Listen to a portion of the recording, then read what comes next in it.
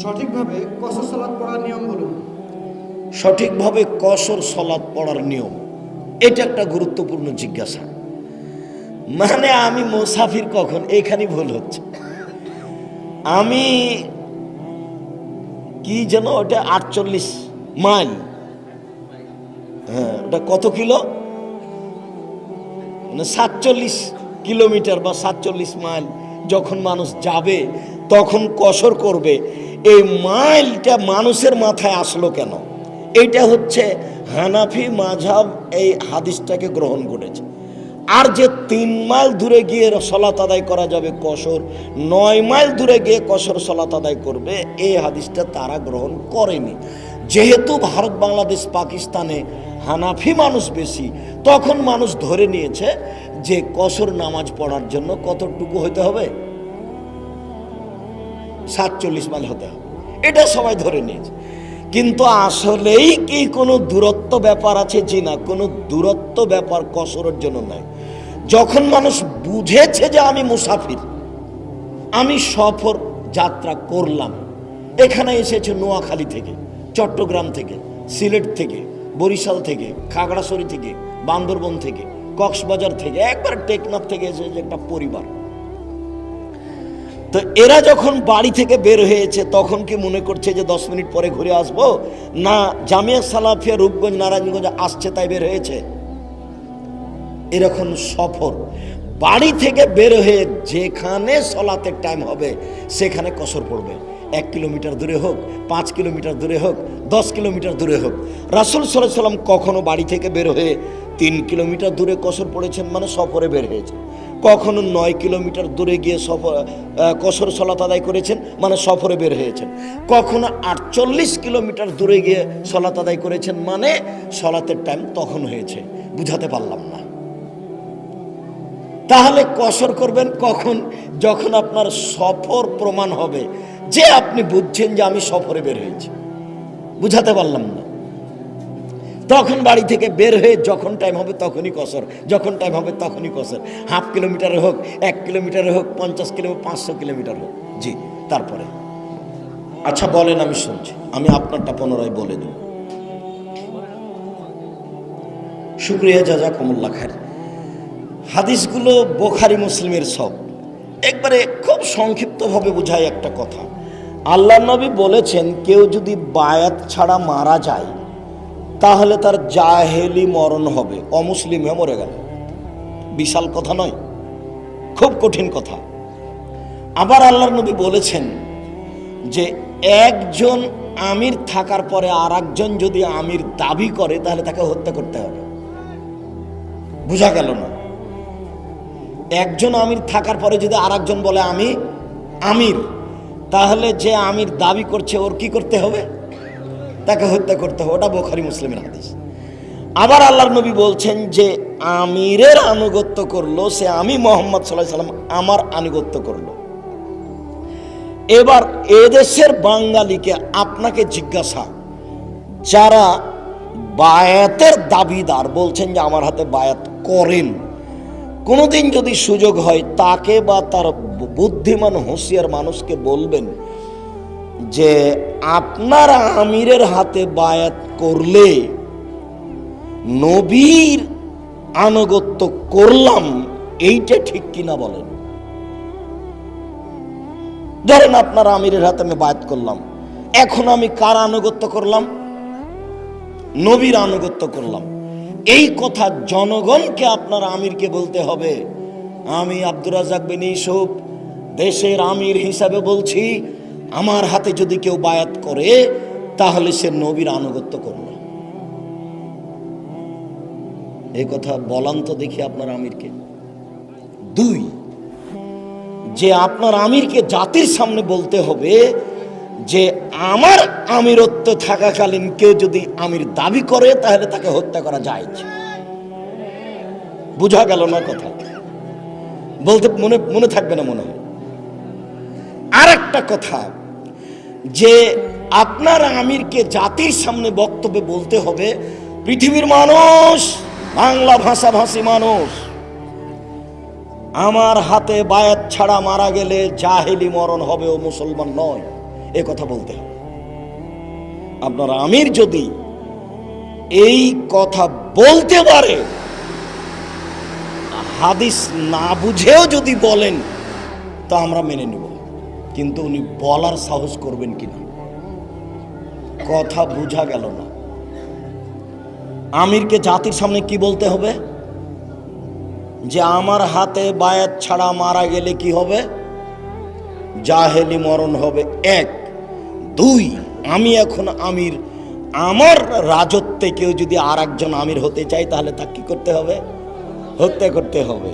3, আমার আনুগত্য করলে নবীর আনুগত্য করা হবে, এই কথা বলতে হবে। এই 3টে যদি আপনার আমির বলতে পারে তাহলে উনি হাদিস বুঝুক আর না বুঝুক তার হাতে আমরা বায়াত করব। এ হলো 1 কথা। 2, শুধুমাত্র মুসলিম খলিফা যিনি হুকুম চালু করতে পারেন তার হাতে বায়াত হতে হবে, তাছাড়া বায়াত বিদআত। এখান থেকে বের হয়ে একটা বই লিবেন, তাওজিহুল কোরআন 3য় খণ্ড 27 পারা, সম্ভবত কি 28 পারা, ওতে সূরা মুমতাহানাতে বিস্তারিত বলা আছে। দুটো কথা এখন মনে থাকবে কিনা আপনাদের বায়াতের ব্যাপারে। যারা বায়াত করছে তাকে বলতে পারেন, যিনি বায়াত নিচ্ছেন তাকে বলতে পারেন যে আপনি জাতির সামনে বলেন যে আমার হাতে বায়াত ছাড়া কেউ মারা গেলে কি হবে? জাহেলি মরণ হবে। হাদিস বুখারী মুসলিম। আমার ইমারতের সময় কেউ যদি আমির দাবি করে তাহলে তাকে হত্যা করতে হবে। আর আমার আনুগত্য করলে কার আনুগত্য করা হবে? নবীর আনুগত্য করতে হবে। করা হলো, খালি বলেই দেখেন না, সাহস হওয়া খুব কঠিন। আব্দুল্লাহর বক্তব্য একটা শুনবেন যে মানুষ হাদিসের উপরে জুলুম করে, এই হাদিসগুলোর উপরে মানুষ কি করছে? জুলুম করছে। জি, সংক্ষিপ্ত আর কোনো কথা? সকল ছাত্রদেরকে বলা হচ্ছে তোমরা তোমাদের খাবারগুলো ক্যান্টিন থেকে নিয়ে নাও, অতি সত্বর তোমরা তোমাদের খাবারগুলো ক্যান্টিন থেকে গ্রহণ করো। সম্মানিত সাহেব, মুহাম্মদ সাল্লাল্লাহু আলাইহি সাল্লাম কবরে জীবিত নাকি মৃত? বিশাল জিজ্ঞাসা। মুহাম্মদ সাল্লাল্লাহু আলাইহি সাল্লাম কবরে মৃত, মরা মানুষ আছে, কবরে জীবিত নেই। জীবিত আছে এটাই হলো আকীদা, মানে খারাপ আকীদা, ভ্রষ্ট আকীদা। তো উনি যে সালামের উত্তর দিচ্ছেন, আত্মার জগতে সালামের উত্তর দিচ্ছেন, জীবিত জগতে নয়। আল্লাহ বলছেন জনগণের মরণ হবে, আপনারও মরণ হবে। সব নবী মারা গেছেন, আমাদের নবীও মারা গেছেন। এটি এই আকীদায় রাখতে হবে। এছাড়া অন্য আকীদা রাখলে পরকাল হারিয়ে যাবে। আমাদের নবী মারা গেছেন এ কথাই ঠিক।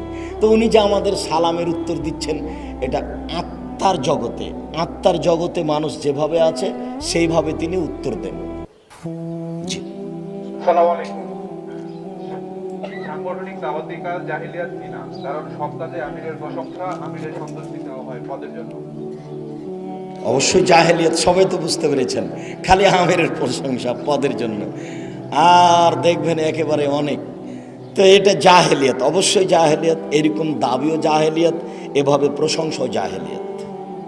আরেকটা প্রশ্ন আছে, বর্তমানে একটা নিউয়ারে কোরআন রিসার্চ ফাউন্ডেশন, ওনারা ইসলামের কোরআন নিয়ে নতুন কিছু তথ্য দিচ্ছে। তো এই ক্ষেত্রে আপনারা দাওয়াত পেয়েছেন কিনা, আর এই সম্বন্ধে জানা থাকলে কিছু বলবেন? আমার এই সম্পর্কে আপাতত জানা নেই। কেউ যদি অজ্ঞতার কারণে শিরক করে এমন অবস্থায় মারা যায় তাহলে তার কি অবস্থা হতে পারে? অজ্ঞতার কারণে শিরিক হলে তার জন্য একটা দোয়া আছে, সেই দোয়াটাই বলতে থাকবেন মাঝে মধ্যে। না জানা শিরিক বিচারের মাঠে ক্ষমা হতে পারে। সাহেব, রুকু পেলে রাকাত হিসাবে গণ্য হবে কি? রুকু পেলে রাকাত হিসাবে গণ্য হবে কি? রুকু রাকাত কি না, আমরা তো এ আকীদা রাখি যে সূরা ফাতিহা ছাড়া সালাত নামাজ হবে না। তা আমি যে রুকু রাকাত ধরে নিলাম, তা আমি যে সূরা ফাতিহা পড়িনি, তাহলে এইটা আমার রাকাত কি না? রুকুই রাকাত এটাই ঠিক, রুকুই রাকাত এটাই ঠিক। তো আব্দুর রাজ্জাক সাহেব, সূরা ফাতিহা হয়নি, যে সূরা ফাতিহার জায়গা নয়, এই জন্য সূরা ফাতিহার জায়গাতে কেউ যদি সূরা ফাতিহা না পড়ে তাহলে তার সালাত হবে না। রুকুতে ইমাম চলে গেছেন, আপনি আল্লাহু আকবার বলে রুকুতেই চলে যাবেন, সিজদায় চলে গেলে এটা রাকাত নয়, তবে রুকু রাকাত। এ হাদিস ঠিক। জুমার দিনে 2 রাকাত সালাত, 1 রাকাত একটুকু পাননি, আর দ্বিতীয় রাকাতের রুকু পেয়েছেন। এখন সালাম ফেরার পরে জোহর পড়বেন না জুমা পড়বেন? কথা বোঝা যায়নি। জুমার 2 রাকাতের কি পেয়েছেন? শেষ রাকাতের শুধু রুকু পেয়েছেন। তাই এখন আত্তাহিয়াতুর বৈঠক শেষ হলে ইমাম সালাম ফিরলেন, এখন কি করবেন? জোহর পড়বেন না আরেক রাকাত পড়ে জুমা পড়বেন?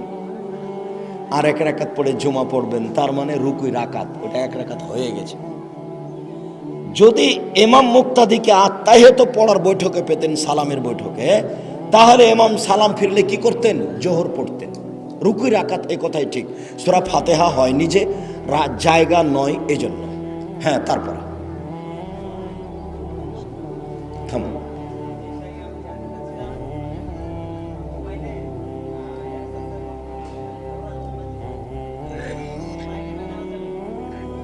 মোবাইলে কোরআন মাজিদ আছে, এটা পায়খানা নিয়ে যাওয়া যাবে কিনা? ওটা অক্ষর আকারে নেই, কোনো সমস্যা নেই।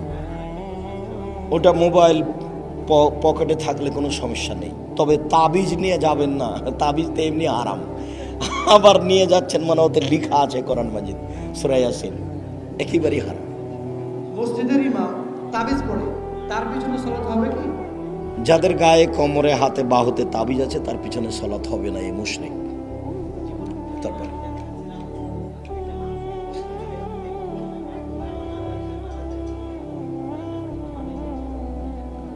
একটা মানুষ মারা গেছে, আমি তাকে কষ্ট দিয়েছি, গালি দিয়েছি, থাপ্পড় দিয়েছি, আমি তার কাছে মাপ নিনি, এখন কি হবে? এখন তার নামে দান করেন, ক্ষমা হতে পারে, অন্যথায় বিচার মাঠে নেকি দিয়ে বুঝিয়ে দিতে হবে। আসসালামু আলাইকুম। ভাই, ইসলামী ব্যাংকে টাকা রাখলে যে সমস্যা, আমি শাইখ মতিউর রহমান মাদানী থেকে একটা লেকচার শুনছি। তিনি বলছেন, আমি ঊর্ধ্বতন ব্যাংকের, ইসলামী ব্যাংকের ঊর্ধ্বতন কর্মকর্তার সাথে তার আলাপ হয়েছে, এভাবেই বলছে, আলাপ হয়েছে, সে বলছে যে জায়েজ আছে, তার সাথে আলোচনা করি। এখন এটা কিভাবে হইল আমি স্পষ্ট না। আরেকটা বিষয় যে রাসূল সাল্লাল্লাহু আলাইহি ওয়াসাল্লামের বাবা এবং মা সম্পর্কে যে তারা যে জাহান্নামী, এই বিষয়টা একটু মানে স্পষ্ট জানার জন্য। আমরা একাধিক ঊর্ধ্বতম কর্তার সাথে কথা বলে দেখেছি, আসলে কোনো উত্তর নেই। এইগুলো জিজ্ঞাসা করে পরিবেশ দুর্বল করার প্রয়োজন নেই। এদেশের কোনো ব্যাংকিং ব্যবস্থা ইসলামী আইন অনুপাতে নেই। দুনিয়াতে 2টা ব্যবসা আছে মাত্র, একটার নাম বায়ে মুশারাকা আর একটার নাম হলো বায়ে মুজারাবা। বায়ে মুজারাবা হলো আপনার টাকা আমার ব্যবসা, লাভ ভাগ হবে। আর মুশারাকা হলো আপনারও টাকা আমারও টাকা, টাকা অনুপাতে লাভ ভাগ হবে, এর নাম ব্যবসা। স্থায়ী টাকা রেখে দিলেন, কোনো সমস্যা হলো না, মাস গেলে বেতন টাকা পাবেন, একবার উল্টা কথা। এর তারপরের অংশটা কি ছিল যেন? ও, রাসূল সাল্লাল্লাহু আলাইহি সাল্লামের বাপ মা জাহান্নামে যাবে, এটাই ঠিক। হাদিস মুসলিম উপদেশ বইয়ে আছে, এক জায়গাতে দেখেন আল্লাহ নবী বললেন যে, আল্লাহ, আমি আমার মায়ের ক্ষমার জন্য আপনার কাছে অনুমতি চাচ্ছি, আমি ক্ষমা চাইবো আমার মায়ের জন্য। তখন আল্লাহ নবী বললেন, আল্লাহ বললেন, না, তোমার মায়ের জন্য তুমি ক্ষমা চাইতে পারো না, ও মুসলমান হয়ে মারা যায়। তখন আল্লাহ নবী বললেন যে, আমার মায়ের কবর দেখতে যেতে চাচ্ছি, আমার মায়ের কবর দেখতে যাব। তখন আল্লাহ রসুল বললেন, দেখতে যাও, তবে তার জন্য ক্ষমা চাইতে পারবে না। হাদিস বুখারী মুসলিম। তার বাপ মা জাহান্নামে যাবে, এই কথাই ঠিক। জি, মুক্তাদিকে ইকামাতের জবাব দিতে হবে কি? ইমাম মুক্তাদি সবাকে একামাতের জবাব দিতে হবে, তবে চুপে ধীরে, কেননা এটাও জিকির, আজানও জিকির, উত্তরও জিকির। বলছেন যে বিবাহের নিয়মে বাবা, মেয়ের বাবা বিয়ে করাবে, মেয়ের বাবা যদি মারা যায়, মেয়ের বাবা যে আপনি বললেন যে বিবাহ পড়াতে, মেয়ের বাবাই নেই।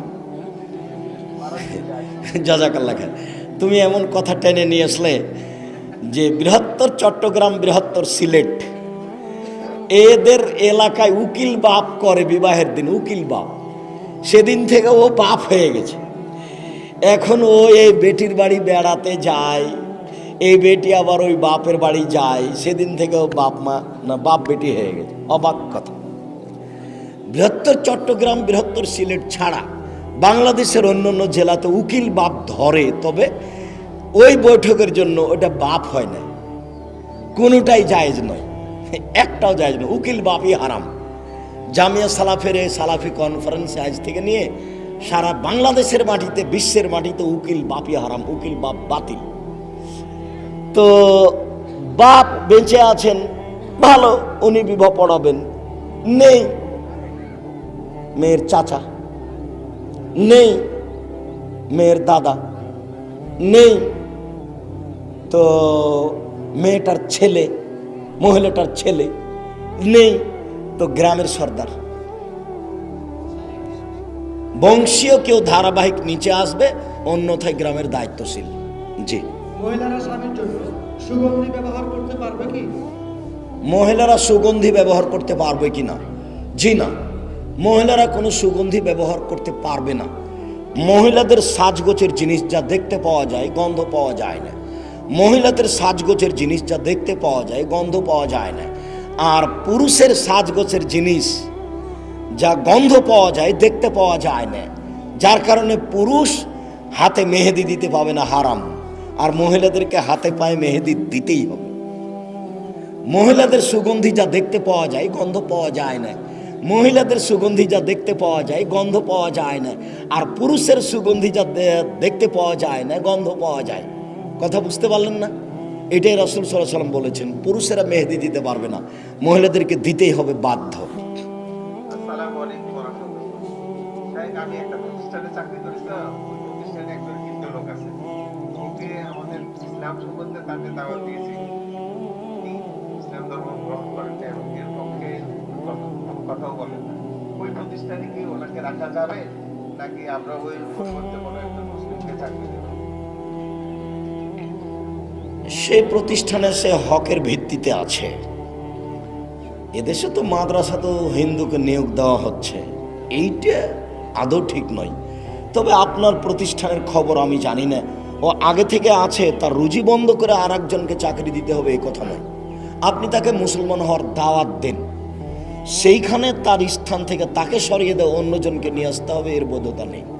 তবে আপনি তাকে দাওয়াত দিয়ে মুসলমান করার চেষ্টা করতে পারেন। আর এই জায়গাটাই তার জন্য ঠিক নয়, তাহলে তাকে কোরআন মাজিদ পড়ানো লাগে, তাহলে তার হয় না, তখন তাকে সরিয়ে দিয়ে আর একজনকে নিয়ে আসতে হবে এখানে। এমনিতে স্বাভাবিক দুনিয়াবি কোনো কর্মে আছে আপনার প্রতিষ্ঠানে, ও থাকবে, এটাই ঠিক। আসসালামু আলাইকুম। শাইখ, অন্যের ঋণ আল্লাহ কবুল করবেন না।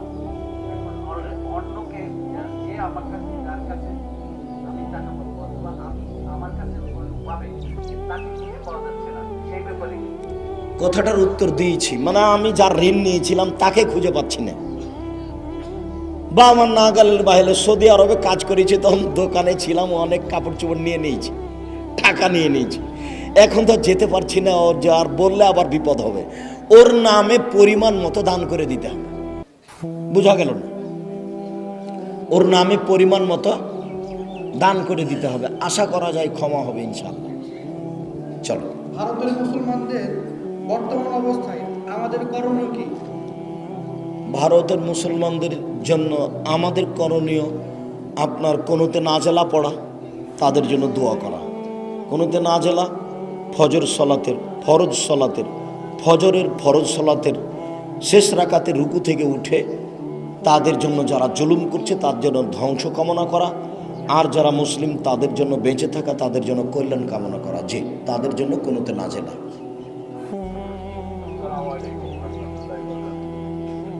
জামাতে নামাজের সময় আমরা ইমামের হাতে, ইমামের ভিতরে থেকে সূরা ফাতিহা পড়ি, কিন্তু অনেক সময় ইমামের হাতে পড়ে হাতে বাইরে দিয়ে মুখে চলে যায়, তখন আমার নামাজ হবে কি?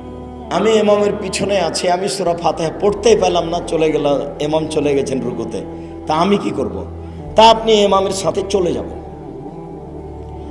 মুক্তাদি যখন হিসাবে আছেন আপনি, তখন আপনার ভুল ভুল নয়, সব ভুলের ক্ষতি ইমামের উপরে বর্তাবে। যতক্ষণ পর্যন্ত আপনি মুক্তাদি আছেন ততক্ষণ পর্যন্ত আপনার কোনো ভুলই ভুল নয়।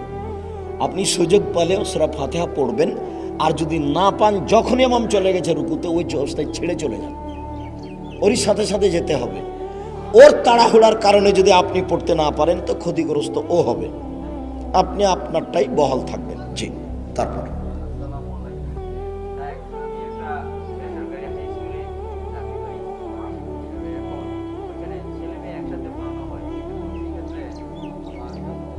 বেসরকারি স্কুলে চাকরি করে ছেলে মেয়ে একসাথে পড়ে, এই চাকরি জায়েজ কিনা? যে না, এই চাকরি জায়েজ নয়। এটা সহজ কথা, এদেশের সহজ শিক্ষার কোনো প্রতিষ্ঠানে চাকরি জায়েজ নয়।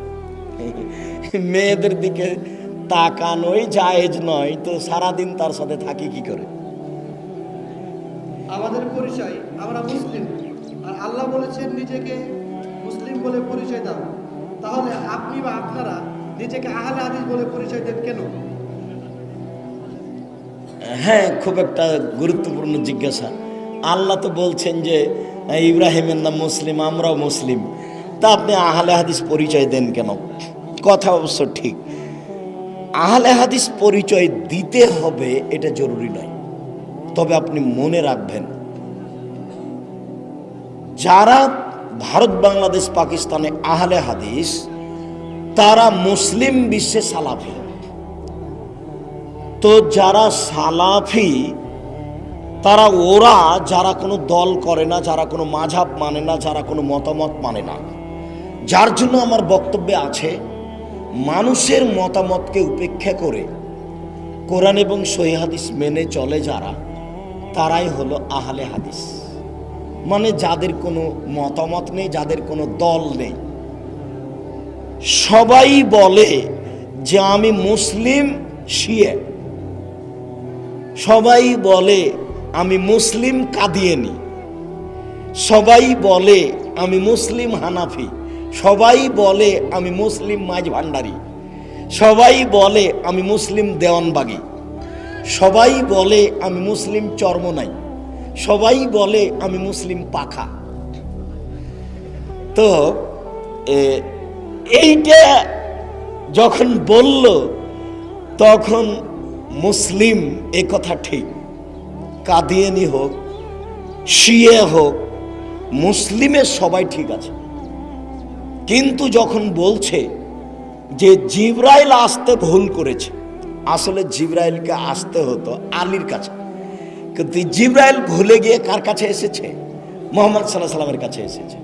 তখন তার মুসলিম কথাটা আছে কি? এই জন্য ভারত, বাংলাদেশ, পাকিস্তানে যারা কোনো মাযহাব মানে না, কোনো দলের সংকীর্ণতা ভেতরে রাখে না, ওদের একটা পরিচিতি বৈশিষ্ট্যগত নাম হচ্ছে আহলে হাদিস। আহলে হাদিস কোনো দলের নাম নয়, কোনো মতের নাম নয়, কোনো নেতার নাম নয়। যখনই কোনো দল হবে, কোনো নেতা হবে, তখন একাধিক নেতা হবে। দেশের বড় বড় আলেমের কাছে কোরআন হাদিসের বিপরে আশ্রয় নিতে হবে, আর বলতে হবে যে আমরা কোরআন এবং সহিহ হাদিস মেনে চলার চেষ্টা করছি। কোনো দল মত নেই, তবু আহলে হাদিস পরিচিতির নাম হলো এইভাবে যে যারা মাযহাব মানে না, দল মানে না, নেতা মানে না, তারাই হলো আহলে হাদিস। বড় বড় আলেম ওলামার কাছে ফতোয়ার ব্যাপারে আশ্রয় নেবে, বাস। চলো,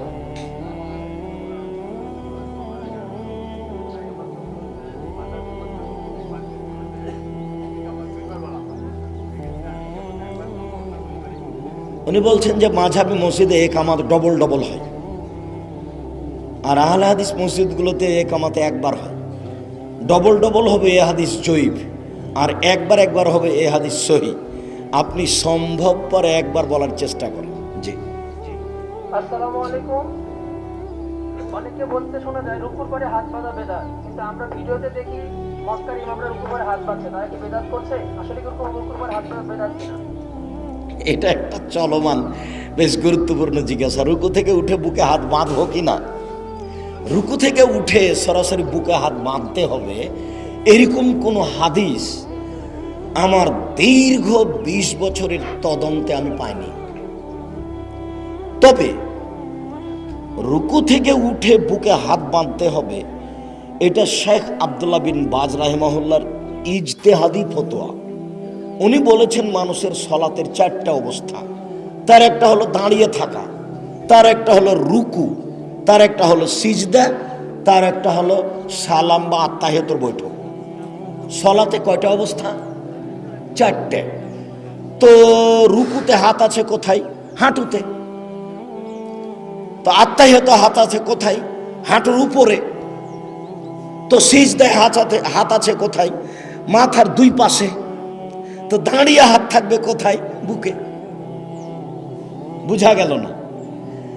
সলাতের মধ্যে হাতের কয়টা অবস্থা? চারটা। দেখেন আপনি, চারটা অবস্থা। তখন শেখ আব্দুল্লাহ বিন বাজ রাহিমাহুল্লাহ বলেছেন, যেহেতু হাতের অবস্থা চারটার বাইরে দেখা যায় না, তো দাঁড়িয়ে থাকা অবস্থায় হাতের জায়গা কোনটা? এটি। তাছাড়া তার হাতের জায়গা খুঁজে পাওয়া যায় না। এখন তো হাঁটু তো রাখা যাচ্ছে না, এখন তো আর মাথার দুই পাশে রাখা যাচ্ছে না, এখন আর উরু রানের উপরে রাখা যাচ্ছে না, তাহলে হাত রাখবো কোথায়? বুঝতে পারেননি? তো সরাসরি এটা পাওয়া যায় না, যার কারণে নাসির উদ্দিন আলবানী 800 বছরের পরে বড় মুহাদ্দিস। 800 বছর আগে ইবনে হাজার আসকালানী রাহিমাহুল্লাহ ছিলেন বড় মুহাদ্দিস পৃথিবীতে।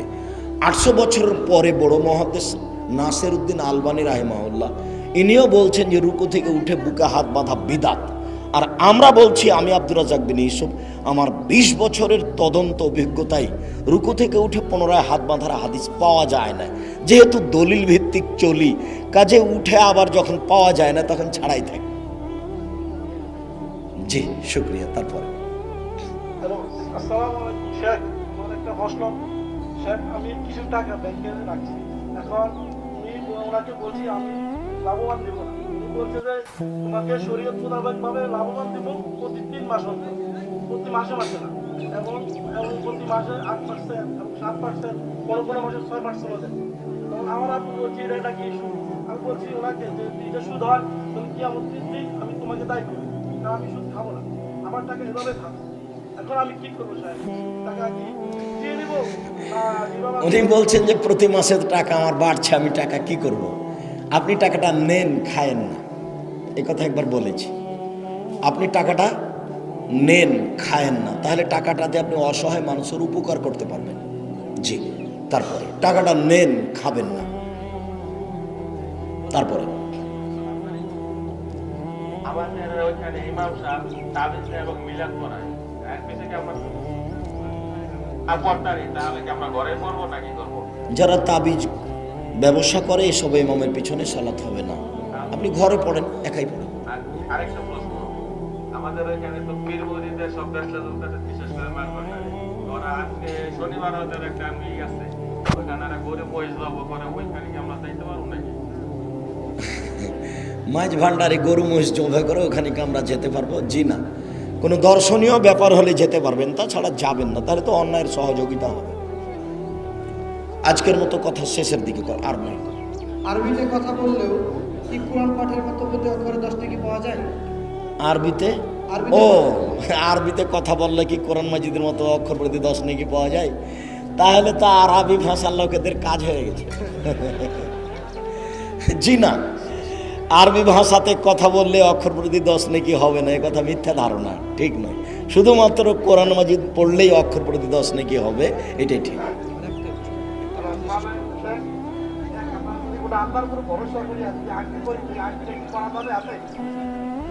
হাতে আংটি পরা যায়, আল্লাহর উপরে ভরসা কথা নয়। অষ্টাধাতুর আংটি হারাম। যে আংটিতে সুবিধা হবে মনে করা যায় সেটা হারাম। এছাড়া আপনি লোহার তামার আংটি ব্যবহার করেন, কোনো সমস্যা নেই। হাদিসে আংটির কথা আছে, আপনি পরেন, ডান হাতে পরেন, বাম হাতে পরেন, কোনো সমস্যা নেই। আকীদা হিসাবে পড়বেন না। আচ্ছা আচ্ছা, বলেন বলেন।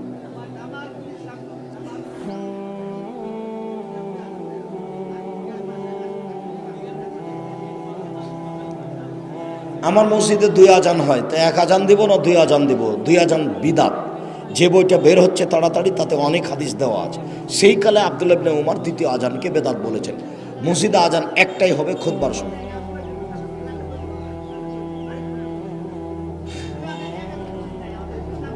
মসজিদ থেকে বের না করে দিলে মসজিদেই পড়েন, যদি তারা বেদাতি না হয়, এর জন্য ক্ষতি তাদের হবে। আচ্ছা, শুক্রিয়া, জাযাকুমুল্লাহ খায়ের। পরবর্তী বৈঠক আছে, খাওয়া দাওয়া আছে। আল্লাহ রহম করো। জি জীবন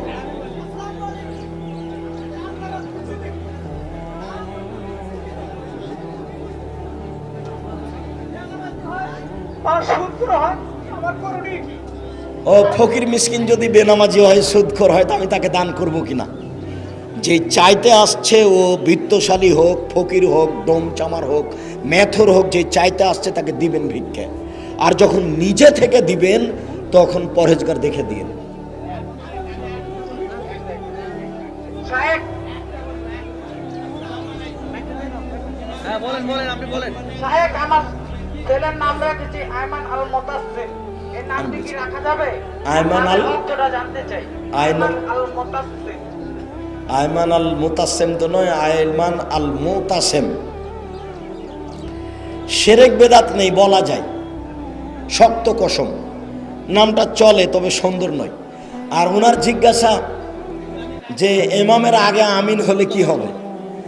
এমামের আগে যেন আমিন না হয়, এমাম যখন শুরু করবে তখন আমাদের বলতে হবে, তাহলে একসাথে হবে। শুক্রিয়া। আসসালামু আলাইকুম। প্রশ্ন উত্তরের বৈঠক খুব প্রিয় বৈঠক।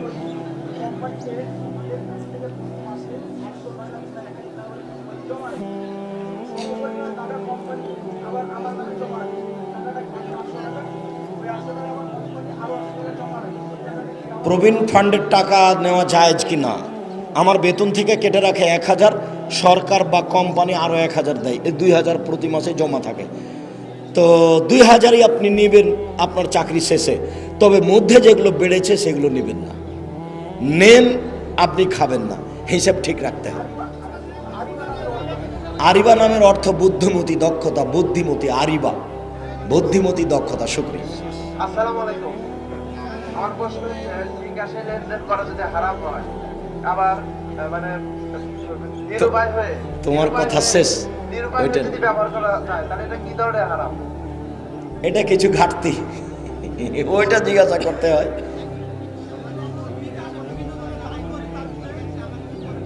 ওটাই যায়, যখন আপনার জরুরি প্রয়োজনে করছেন তখন আপনার জন্য সাময়িক জায়েজ বললাম। যে মসজিদে প্রথম টাইমে সলাৎ হয় না, ও বাড়িতে পড়বে।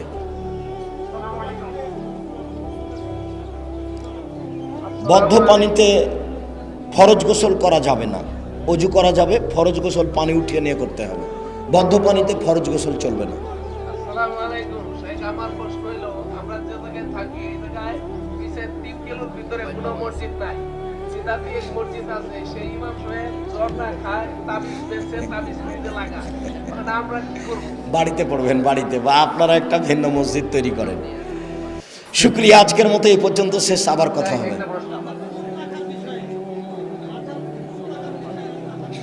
মাথার চুল ছোট রাখা জায়েজ, বড় রাখা ভালো।